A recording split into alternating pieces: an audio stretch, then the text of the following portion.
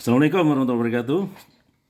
Bertemu kembali dengan channel Cak Mus ya. Kita akan membahas tentang pos Indonesia di ujung tanduk. Benarkah? Nah, mari kita kasih solusi. Ini episode yang ketiga kita membahas eh, pos Indonesia di ujung tanduk.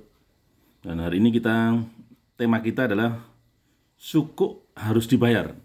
Dan sebagai sebagai anak ya, PT Pos Indonesia harus juga minta tolong pada bapaknya, itu pemerintah.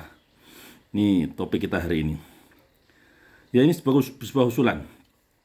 Usulan ini disusun untuk membalikkan krisis likuiditas akut di PT Pos ya, yang mengalami penundaan imbal jasa suku 24,11 miliar, liabilitasnya 9,89 triliun, dan minus kas operasi 677,52 miliar. Usulan nanti penyelamatan dilakukan secara radikal ya, dan saya tidak tahu apakah akan diterima atau enggak usulan saya nanti, dan bentuknya pun juga belum tahu seperti apa. Yang jelas saya akan memberikan usulan yang radikal dengan menggunakan hukum tertinggi korporasi.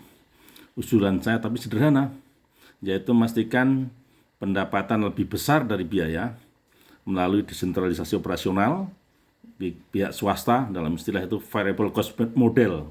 Di variable cost model itu sebagian besar biaya yang kita keluarkan itu adalah biaya variabel, bukan fixed cost, bukan biaya yang jelas-jelas kita sudah rugi. Dan juga moratorium biaya internal secara agresif. Itu ada episode khusus ya untuk membahas masalah itu. Nah, dampak hukum jika temuan rekayasa keuangan oleh Danantara ya itu terjadi, dan mudah-mudahan tidak terjadi ya. Misalnya terjadi manipulasi laporan keuangan atau financial window dressing yang biasa disebut dalam beberapa hari ini. Itu di sebuah BUMN memiliki konsekuensi hukum yang sangat berat, baik di ranah pasar modal maupun dalam tindak pidana korupsi. Dalam jeratan pidana korupsi ini dalam Undang-Undang Tipikor ya, karena PT Pos Indonesia adalah BUMN dengan modal negara, rekayasa keuangan yang menyembunyikan kerugian atau fraud dinilai merugikan keuangan negara, maka pengurus yang terlibat bisa dijerat pasal 2 dan pasal 3 Undang-Undang Tipikor dengan ancaman hukumannya lumayan, itu seumur hidup loh. Nah, undang-undang yang mengatur tentang pemberantasan tindak pidana korupsi ini adalah Undang-Undang Nomor 31 Tahun 99 yang kemudian diperbarui dengan Undang-Undang Nomor 20 Tahun 2001 tentang perubahan atas Undang-Undang Nomor 31 Tahun 99. Kedua undang-undang ini menjadi landasan hukum yang utama dalam menjerat pelaku korupsi di Indonesia. Saya tidak tahu nanti PT Pos akan dianggap sebagai korupsi atau enggak, mudah-mudahan tidak ya. Nah, sedangkan sanksi pasar modal sebagai penerbit instrumen obligasi suku yang tercatat di Bursa Efek Indonesia dan di KSTI, PT Pos Indonesia terikat Undang-Undang Pasar Modal. Otoritas Jasa Keuangan OJK memiliki kewenangan yang memberikan sanksi denda administratif, pembekuan izin, hingga menyerahkan kasus ini ke kejaksaan yang terkait dengan penyesatan informasi atau misleading information. Kemudian bagaimana mekanisme restrukturisasi suku melalui KSEI.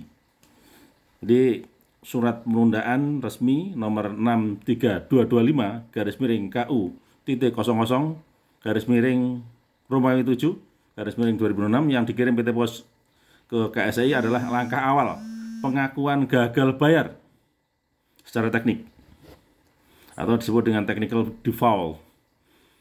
Nah, proses restrukturisinya berjalan seperti ini ya. Deklarasi standstill. PT Pos meminta masa tenggang atau grace period kepada KSI dan para pemegang suku agar tidak langsung dinyatakan pailit atau dituntut ke pengadilan niaga. Kemudian penyelenggaraan RUPS suku, PT Pos wajib mengundang seluruh pemegang suku dalam rapat umum pemegang suku, dan dalam rapat tersebut manajemen harus memaparkan secara transparan rencana restrukturisasi yang dilakukan oleh mereka. Apa yang bisa dilakukan? Ya, opsi negosiasinya adalah satu, perpanjangan tenor. Ya, itu tadi, minta tambahan waktu pelunasan pokok suku.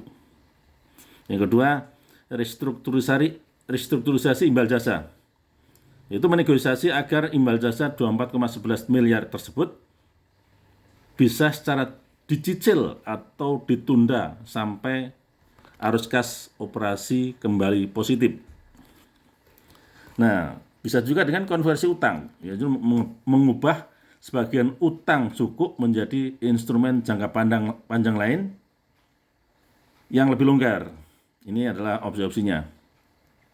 Ada lagi yang bisa dilakukan oleh manajemen BOD, opsi penyelamatan permodalan dari pemerintah. Ini kan seorang anak mohon kepada bapaknya gitu ya. Ya, pemerintah tidak boleh tinggal diam. Ini menurut orang pos tentunya ya. Bahwa nanti pemerintah akan membantu atau enggak, ya tergantung dari kehebatan dari BOD. Masuk enggak apa yang dimintakan itu. Bagaimana caranya? Yang pertama, mungkin teman-teman pos terutama ya, mengetahui bahwa ada dana PSO yang terutang ya. Kalau bulan seperti ini biasanya belum dibayar.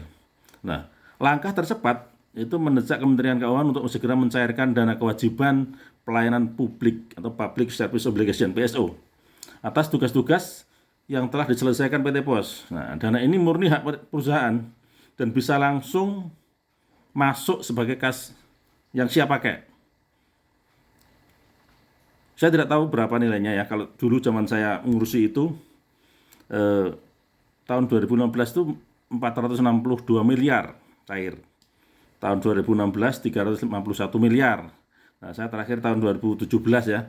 Itu diajukan budgetnya 537 miliar dan juga dibayar oleh Menteri Keuangan sebesar 340 miliar. Lumayan loh, lumayan. Nah, ini harus diurus, harus segera dicairkan agar ya agak segar lagi lah. Kemudian yang bisa dilakukan oleh manajemen Pos Indonesia BOD yaitu dana talangan atau bridging loan. Pemerintah melalui BUMN, pembiayaan atau bank-bank himbara dapat memberikan pinjaman darurat jangka pendek dengan bunga rendah ya, khusus untuk menyambung nafas operasional dan membayar hak karyawan. Ini pernah dilakukan saat COVID ya, karena kondisinya seperti itu. Kemudian pinjaman khusus sebagai solusi jangka pendek untuk menutup celah arus kas kritis sebelum pendanaan jangka panjang cair. Dan tentu ini juga dilakukan untuk mencegah PHK massal. Yang bisa dilakukan juga penyertaan modal pemerintah darurat, dan ini saya tidak tahu apakah ada karena akan lama karena harus mendapatkan persetujuan dari DPR. Ya, kita berdoa semoga keuangan negara menjadi baik dan bisa menolong Pos Indonesia. Tapi sekali lagi secara internal nanti akan kita fokuskan ya. Kita juga teman-teman sudah mulai menghubungi saya bagaimana agar apa yang kita lakukan, yang saya lakukan ini nanti didukung teman-teman. Mungkin kita juga akan live dalam beberapa tempat ya untuk bagaimana kita membahas meskipun belum tentu diterima, seperti burung pipit zamannya Nabi Ibrahim dibakar itu ya. Nabi Ibrahim dibakar, burung pipit mengambil air dan meneteskan ke dalam apinya Nabi Ibrahim. Bukan masalah padam atau tidak, tetapi ada di mana kita ini. Kita sedang melakukan apa? Upaya apa yang kita lakukan? Kita ingin berbuat dan semoga yang kita lakukan bermanfaat dan benar-benar memberi masukan, didengar atau tidak, tapi mudah-mudahan terlaksana dan PT Pos Indonesia selamat dan jaya. Demikian, saya tutup. Assalamualaikum warahmatullahi wabarakatuh.